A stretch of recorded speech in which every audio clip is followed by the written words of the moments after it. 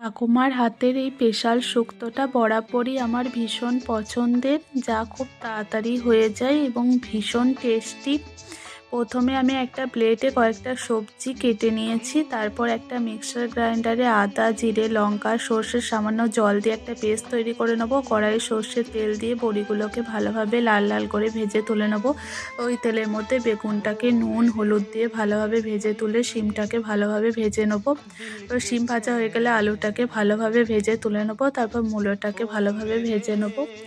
এরপর লাস্টে সজনে ডাঁটা এবং উচ্ছেটাকে ভালোভাবে ভেজে তুলে নেব। কড়াইয়ে সর্ষের তেল, পাঁচফোড়ন, গোটা তেজপাতা দিয়ে ভালোভাবে ভেজে মশলাটাকে অ্যাড করে ভালোভাবে কষিয়ে নেবো। ওপর থেকে সামান্য লবণ এবং চিনি অ্যাড করে ভালোভাবে মিশিয়ে নিয়ে সমস্ত সবজিগুলোকে অ্যাড করে ভালোভাবে কষিয়ে নেবো। কষানো হয়ে গেলে জল অ্যাড করে ওপর থেকে উচ্ছে এবং বড়ি ভাজা ছড়িয়ে দিলেই তৈরি এই স্পেশাল শুক্তো। অবশ্যই জানাবেন কেমন লাগলো আমার রেসিপি। ভালো লাগলে সাবস্ক্রাইব করে পাশে থাকবেন।